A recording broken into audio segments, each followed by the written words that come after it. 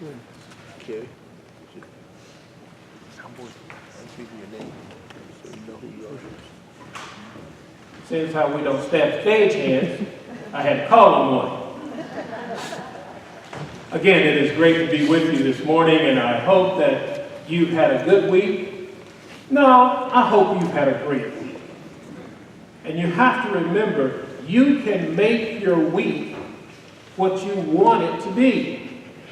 Sometimes we get challenged first thing in the morning, whether we step out of bed and the dog has moved to a different spot than he normally is, and you step on his tail and he snaps at you. Or the standpoint you go out to the car and that's the morning that it's 32 degrees outside and you hadn't been checking your battery and you find out that it doesn't want to start. Those kind of things can affect us. And sometimes we let those things change our attitude as to how our day is to begin. But when we choose to not let those things affect our day, we can still go out and be the children of God and the light in this world that we are called to be. So, one of the things that I've heard people say in the past has been, I'm not going to let anybody steal my joy. Don't let the world steal your joy. Before we get into my sermon, which is when it all comes together, would you go with me in the spirit of prayer? Gracious Lord, I come before you this day to stand here and pronounce the words that you have laid upon my heart. I ask that you remove me, Lord, and let your spirit come into this shell so it may be emphasized and known that it is you who speaks and not me. I ask for blessings upon all that are here who hear these words, that they might go out and live the life that Christ called us to live. I ask for blessings for them, Lord. I ask for strength for them, Lord. I ask for your tender care for them, Lord. In Jesus' name we pray. Amen. From our reading this morning, we have a pretty long reading this morning, and Gail, I apologize that you had such a long one to read, but it has some significance because of the fact that if we will look at what it's saying there in 1 Corinthians chapter 12, verses 12 through 31, I was wondering if she was going to need a drink. It talks about the different parts of the body. And I want to remind you that you too are different parts of the body. And how many of you remember this one? Ankle bone connected to the shin bone connected to the knee bone connected to the thigh bone. Got it? You all have some part to be. We all have these parts that make us who we are. And sometimes, in the midst of who we are and the parts that work, sometimes if they're off kilter, it can change things up a little bit. In today's reading, I hope you find that there's a point to the insignificant parts of the body, and that we are all significant to the body of Christ. That we all have a role to play, and that it helps not only those we meet every day, but it also helps us as well on our road to Christian discipleship. Hear the latter part of verse 24 through 26 once again. Hear this part for me one more time. But God has arranged the body, giving great honor to the inferior member, that there may be no dissension within the body, but the members may have the same care for one another. If one member suffers, they all suffer. If one member is honored, they all rejoice together. I want to ask you a question. How many of you have hurt either a foot or an ankle at some point in time, and maybe you had to walk differently for 2 or 3 weeks, maybe 6? I see hands going up. Yes.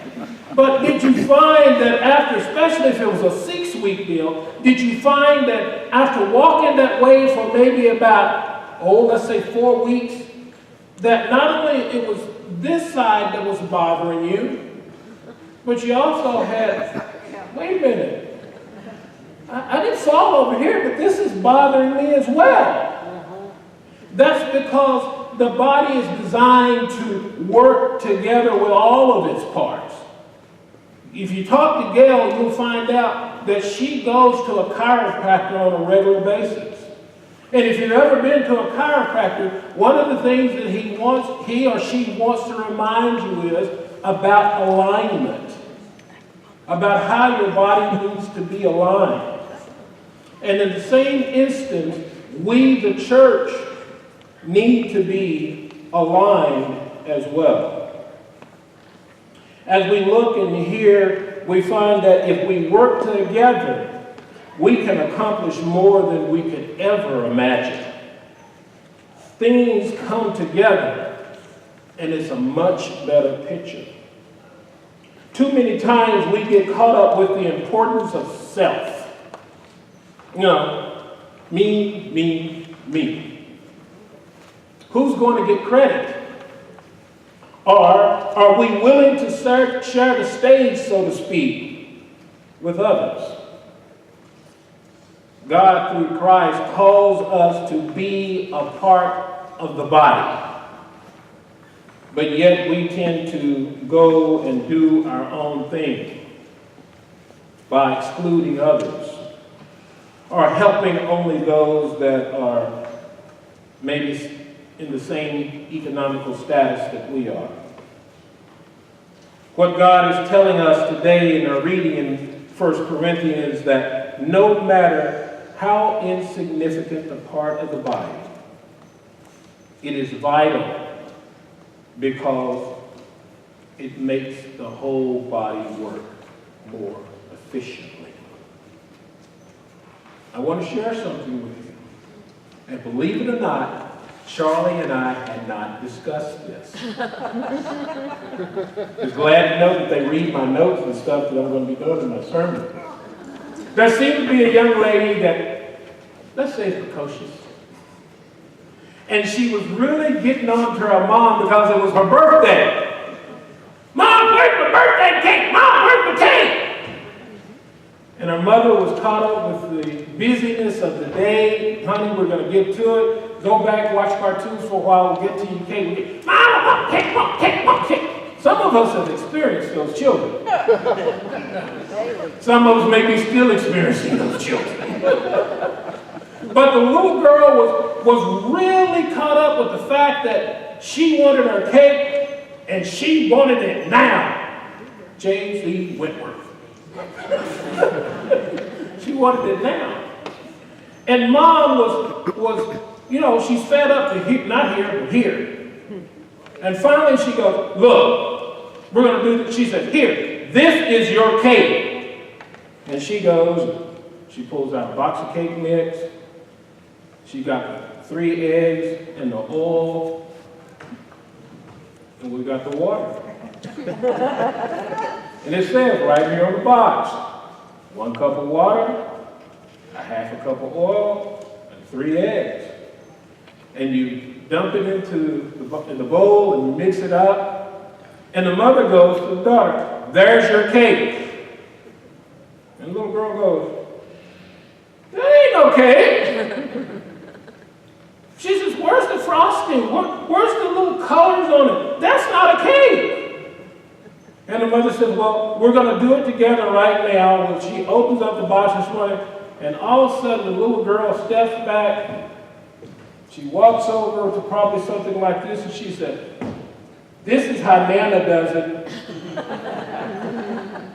Mom didn't have time to fool with the bake from scratch way. Because of what she had going on in her life and how her daughter was pressing her, it was just easier to just grab the cake mix and put it together to give her what she was crying about. You know, the squeaky wheel? This wheel was doing more than squeaky.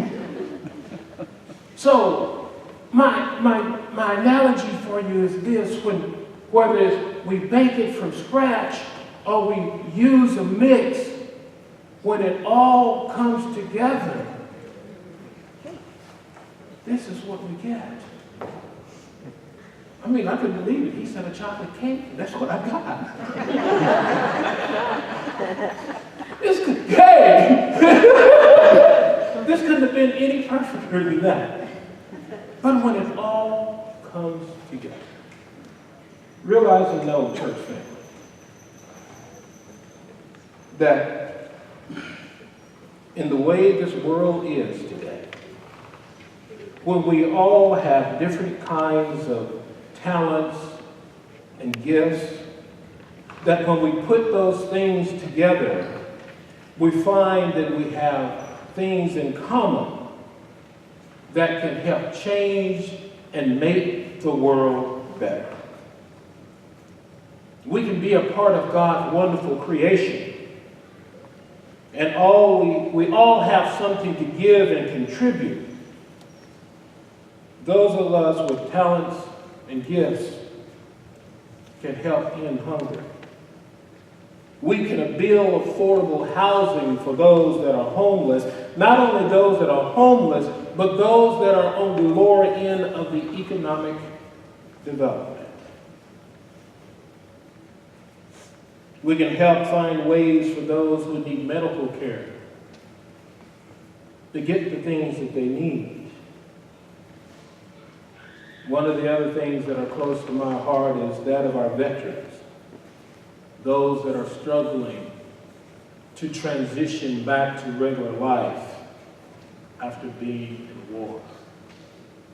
We can do more. We are a part of the body. They are a part of the body. And how about this one, just one of the most simplest things of all? That of treating each and every one we meet just like we want to be treated. Treating everyone we meet like we want to be treated. You see, Northgate, when we humble ourselves and follow the example of Christ, it all comes together. And it reminds me of one of our great singers. They called him the Great Satchel. And one of the songs he used to sing, "Oh, what a wonderful world." When we combined it all together, when we all do our part, when we leave ourselves out of it and point and move towards the glory of God, it all comes together. And it looks like that cake. That's the finished product. Something that is inviting, something that is enjoyable, and something that you want to take in. And the people of God said, Amen.